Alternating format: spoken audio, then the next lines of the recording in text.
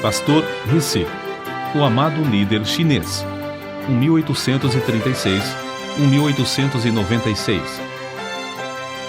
Acontecera o impossível e toda a população se condoía de tal tragédia. O Sr. Rissy, cidadão respeitado por todos, tornara-se crente. Fazia 2 anos que um pregador da nova religião pregava na província de Shanxi. Enquanto se esperava que enredasse alguns dos mais ignorantes, ninguém imaginava que o Sr. Rissy, homem culto, de grande influência entre o povo e destacado adepto de Confúcio, seria o primeiro a ficar enfeitiçado pelos diabos estrangeiros. Não havia entre o povo quem odiasse tantos estrangeiros como o Sr. Rissy. Mas, de repente, eis que ele estava ligado em espírito ao missionário. Abandonara todos os ídolos. Dizia-se que os queimara. Deixara de adorar as tábuas ancestrais. Não havia mais o cheiro de incenso na sua casa. E o que era ainda mais estranho, o Sr. Rissy desistira de fumar ópio. Os velhos recordavam que Shanxi fora uma das províncias mais prósperas da China e contavam como fora introduzido o fumo estrangeiro, isto é, o ópio. O vício se tornara tão generalizado que todo o povo estava reduzido à maior pobreza. Nem mesmo os mais velhos se recordavam de alguém habituado a fumar ópio que, no decorrer dos anos, tivesse conseguido libertar-se do vício. Contudo, o erudito Rissy abandonara por completo seu aparelho de fumar e parecia não sentir a ânsia que sentem os que são privados da droga entorpecente. O tempo que outrora passara preparando e fumando o ópio, ele agora o empregava nas práticas, para eles estranhas, da nova religião. Dia e noite, o recém-convertido se aplicava ao estudo dos livros dos estrangeiros. Às vezes, cantava de uma maneira singular, e outras vezes de joelhos, e com os olhos fechados falava ao Deus dos estrangeiros, o Deus que ninguém via e que não tinha santuário para localizar-se. Dia após dia, a Sra. Rissy notava a grande transformação na vida do marido e começou a abandonar o intenso ódio que sentiu quando ele se converteu. Quando acordava à noite, via-o absorto, lendo o precioso livro dos livros, ou ajoelhado, suplicando ao Deus invisível que sentia estar presente. A persistência do homem em reunir todos os membros da família diariamente para os cultos estranhos foi tal que ganhou também sua esposa para Cristo. Para o crente Rissy, Satanás era o temível adversário que realmente é, sempre incansável e constantemente espreitando para derrubar e destruir os crentes. Contudo, para ele o poder de Cristo era igualmente real. E Rissy saía mais que vencedor em todas as dificuldades. Considerava a oração indispensável e, não muito depois de se converter, chegou a reconhecer o valor de jejuar para melhor orar. Foi então que aconteceu a coisa menos esperada. A própria natureza da Sra. Rissy parecia mudada. Ao converter-se, tornara-se profundamente alegre e recebia as lições das Escrituras avidamente. O marido esperava que breve ela se tornasse uma verdadeira companheira na obra de ganhar almas, mas, repentinamente, parecia pairar sobre ela uma nuvem do mal. Apesar de todos os esforços, sentia-se levada, contra a própria vontade, a praticar tudo quanto o diabo sugerisse. Caía, especialmente na hora do culto doméstico, com ataques violentos de cólera. O povo então dizia: o Rissy e sua esposa estão ceifando o que semearam. É, como afirmamos desde o começo, uma doutrina do diabo. E agora, a Sra. Rissy está possuída de demônios. Durante algum tempo, o inimigo das almas parecia invencível. A Sra. Rissy, apesar de todas as orações dos crentes, continuava a definhar, ficando quase sem forças. Nesta altura, Rissy, confiando no poder de Deus, chamou todos os membros da família para jejuarem e dedicarem-se à oração. Depois de orarem 3 dias e 3 noites seguidas em jejum, Rissy, sentindo-se fraco no físico, mas forte no espírito, pôs as mãos sobre a cabeça da esposa e ordenou, em nome de Jesus, que os espíritos imundos saíssem para nunca mais a atormentarem. A cura da senhora Risse foi tão notável e completa que houve grande repercussão em toda a cidade. O povo reconhecera o poder dos demônios sobre o corpo e ali, diante dos olhos, estava agora a prova de um poder maior do que o do diabo.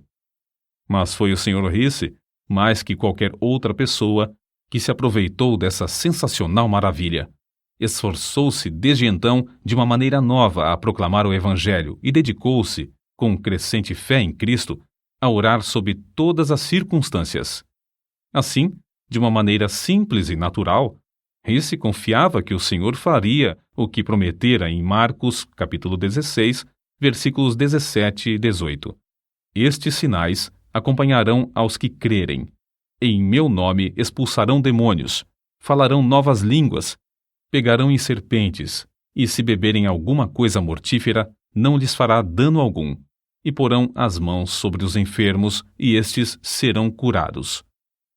Em resposta à oração desse humilde crente, o Senhor cooperava com ele e confirmava a palavra com sinais, como em Samaria, Lida e outros lugares aos tempos dos apóstolos. E, tal qual os tempos antigos, homens e mulheres, ao verem o poder de Deus, convertiam-se ao Senhor. Nunca antes houve alguém para contrariar a Satanás em toda a província de Shanxi. Portanto, não é de admirar que ele estivesse enfurecido. Isso também foi como nos tempos antigos.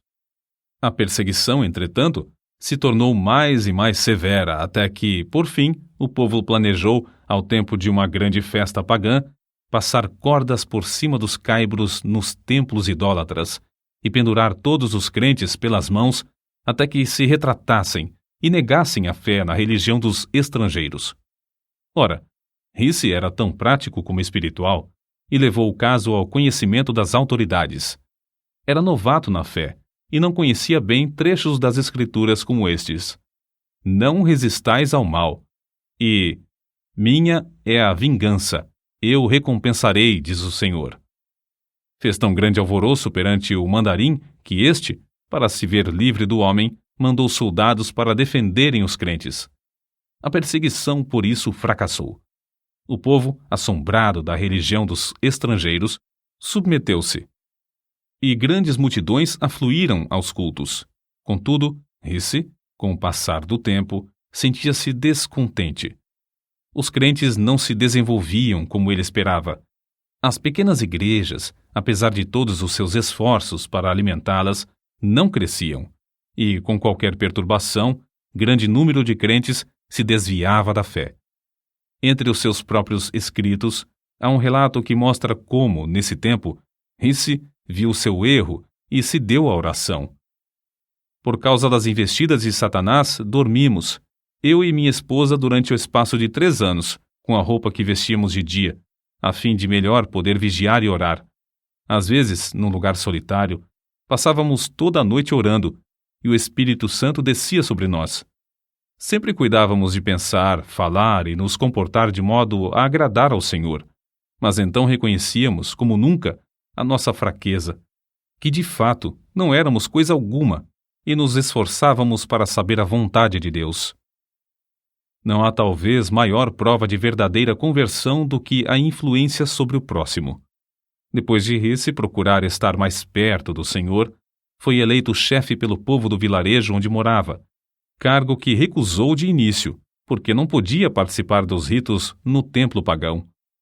Mas esse fato foi previsto pelo povo, de modo que insistiram para que aceitasse a magistratura com a condição de ficar desobrigado de quaisquer solenidades que diziam respeito aos deuses.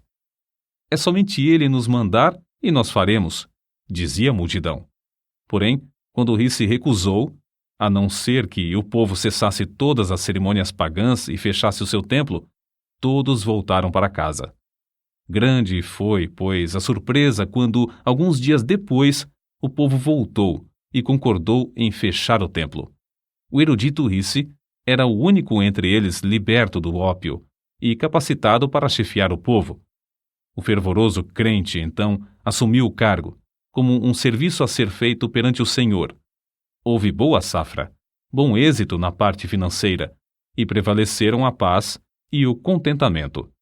Foi reeleito para o 2º ano e para o 3º, mas quando reeleito para o 4º ano, recusou o cargo, insistindo em dizer que devia entregar todo o seu tempo na obra de evangelização, obra que aumentara grandemente. Quando o povo elogiava pela boa maneira como servia a todos, ele respondia com um sorriso. Agora, os ídolos por certo já morreram de fome, e seria mais econômico se os não ressuscitasseis. Foi uma lição prática e que perdurou por muito tempo. O grande problema que o pastor Risse tinha de enfrentar era o da salvação de um povo dado a fumar ópio. Devia haver um meio de libertar os infelizes escravos do desespero indescritível. Porque o Filho de Deus veio com um alvo definido de procurar e salvar os perdidos. Enquanto o pastor Risse orava sobre esse problema, fui dirigido a converter a sua casa em abrigo e convidou para ajudá-lo um missionário que tinha um remédio para aliviar a ânsia dos viciados quando privados da droga. No início, somente 2 dos interessados tinham a coragem de experimentar o tratamento. Os outros frequentavam o abrigo, dia após dia, para verem o resultado. Por fim, um dos pacientes, agonizante de corpo e mente, acordou os outros à meia-noite. Em resposta às orações, o Senhor, que é o mesmo ontem, hoje e para sempre, o aliviou imediatamente. O gozo do homem que fora liberto era tanto que, um após outro dos mais interessados, solicitaram permissão para começar o tratamento imediatamente. Nessa altura, faltou-lhes o remédio importado que usavam para diminuir os sofrimentos dos enfermos. Acerca disso, assim escreveu o fervoroso Risse. Em oração e jejum permaneci perante o Senhor, rogando que me mostrasse quais os ingredientes necessários e me fortalecesse e ajudasse a preparar as pílulas para aliviar os que sofriam.